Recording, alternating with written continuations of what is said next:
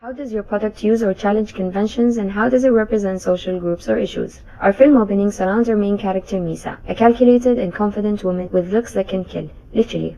Throughout the planning process, I made it a point to use the research I undertook to produce a film opening conventional to the horror genre, the psychological and slasher subgenres in particular.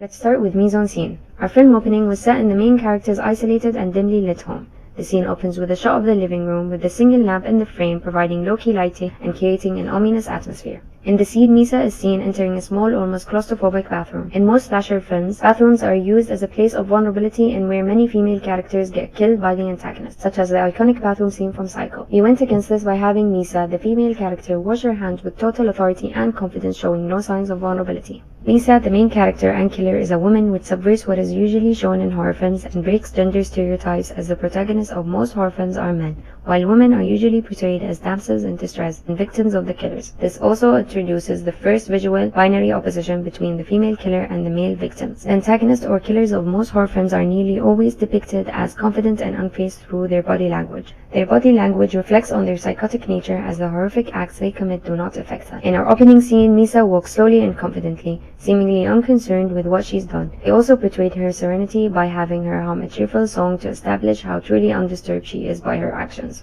Misa can be seen in an all-black costume, which is common in horror films because the killer usually wears black as a connotation to their evil and powerful nature, and their black outfits hide the blood they spill from their victims, adding to the mystery and fear of the unknown. For example, Ghostface, the masked killer from the movie Scream. In the beginning, we can see 9 large frames with men's pictures displayed on the living room walls. The men's faces are covered over with angry red scribbling. The men in the portraits are the killer's victim, and they demonstrate to the audience that the killer's murders are motivated by deep rage, which confirms with the film's psychological subgenre. This also links to the character's abnormal behavior and creates an enigma. In the opening scene, Misa can be seen holding a knife dripping with blood. The knife is an iconic convention of slasher films, and it was inspired by Ghostface's weapon of choice. To emphasize the horror genre, we opted to have blood splattered on various things, including our main character's hands, boots, shovel, and knife, along with the victim's belongings. We place feminine props such as makeup, jewelry, perfumes, and nail polish on the dresser, including a red silk dress and shoes next to the bed that belong to Misa, which subverts her character as a brutal killer while also representing the femme fatale narrative. The red dress and red nails, as well as the other red accessories on the dresser, were added because the color red is considered a display by women to attract men in many societies, which again connects to the narrative. This also establishes a binary opposition between the violent props such as the blood, knife, and shovel and the feminine or seductive props, illustrating Misa's 2 opposing sides. Another slasher trope is the use of a shovel as a weapon, which is why we showed the character picking up a shovel in our opening scene. Misa murders her victim by hitting him in the head with the shovel at the end of the opening scene, which isn't visibly shown to the audience but can be heard as a loud thud. The shovel kill was inspired by a scene from the slasher film Psycho 2, in which Norman bashes his mother's head with a shovel. Misa takes a black notebook from the drawer in one scene, and when she opens it, a list of her victims' names is revealed. We chose a black notebook because black is associated with evil, and Misa crosses out the names with a red pen since red is associated with danger and connotes the victim's blood. The recurring use of red in our shots is obvious. The blood, the feminine props, the silk dress, the coat, and the tint on the entire scene are all red, as the color is conventional to the genre and is associated with blood to many people. The red color of these items in the scene stood out against the simple and light color scheme of the house's interior. While Misa washes her hands in the bathroom, we chose to edit the footage to make it appear as if the bathroom light was flickering. The flickering light set an eerie mood and a disorienting effect.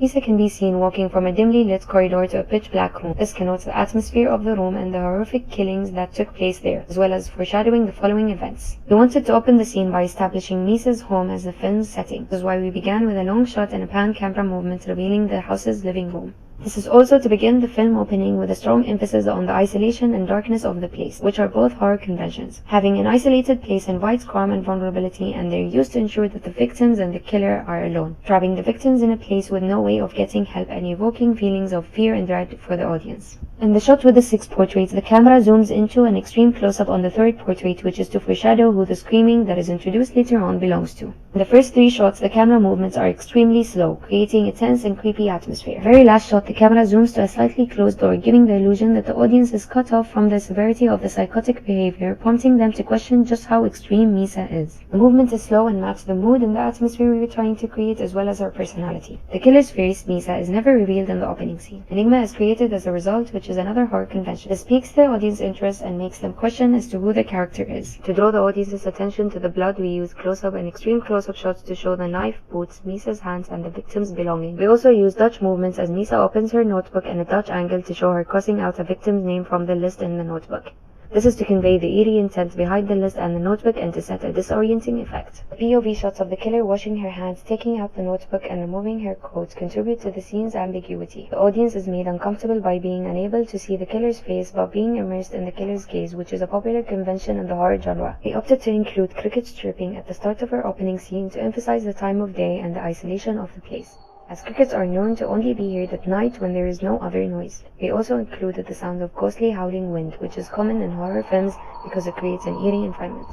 Scared muffled shouts erupt in the background as Misa checks the name of her list. We choose to add the screams to create a truly terrifying atmosphere and to tell the audience that our killer is holding her victim captive in her home. This also allows the viewer to quickly connect the large frame portraits, the victim's belongings including his ID card, and the screaming together. The diegetic sound alone demonstrates a clear binary opposition between the victim and the killer. While Misa can be heard humming a cheerful song implying that she is relaxed and happy, the victim can be heard frantically screaming. The power dynamic between the killer and the victim is depicted here.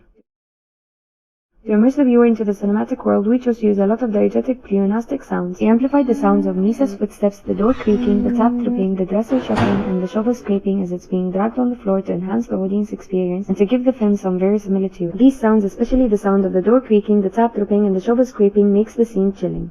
Though it subverts horror conventions, the soundtrack in the scene is contrapuntal to the images shown, as the song we chose to use over the victim screaming is "Tonight You Belong to Me." The song has a cheerful tone to it, making the scene disorienting for the audience and more disturbing. The opening scene of the film Get Out, in which a cheerful song was being played as a character was getting kidnapped, served as my inspiration. The song they used, "Run Rabbit Run," is cleverly chosen to connote that the character who is getting kidnapped is the rabbit and he should run. We chose the song "Tonight You Belong to Me" as it also implies that our killer believes her victim's life now belongs to her. At the end of our opening scene, one last scream erupts before the sound of the shovel hitting the victim's head is heard.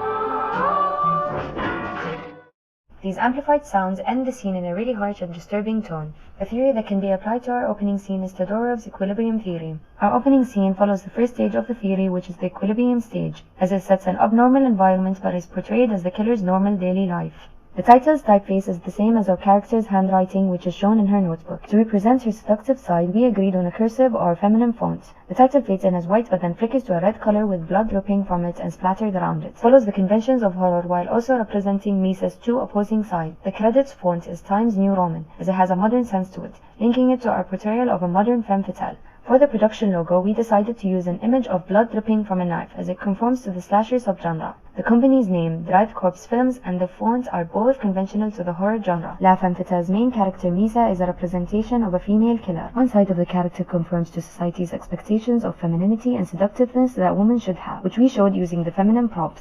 Journaling is stereotypically connected with female characteristics. Therefore, the journal she uses to write down the names of her victims conforms to female stereotypes as well. On the other hand, we also subverted these stereotypes by showing her psychotic side through her actions and psychological traits. Misa is portrayed as a violent psychotic killer, which is entirely abnormal in societies where women are expected to be compassionate and nurturing. In our film opening, the men are portrayed as weak victims who are made vulnerable through their desires. This is in line with the stereotype that men often fall victim to as a result of their desires. The portraits of the victims highlight their similarities. Because of their formal attire, these men appear professional, but their confidence also displays their arrogance. Our film opening raises the subject of psychological issues developed as a result of gender inequality and represents the killer, a woman that has been deeply affected by patriarchy.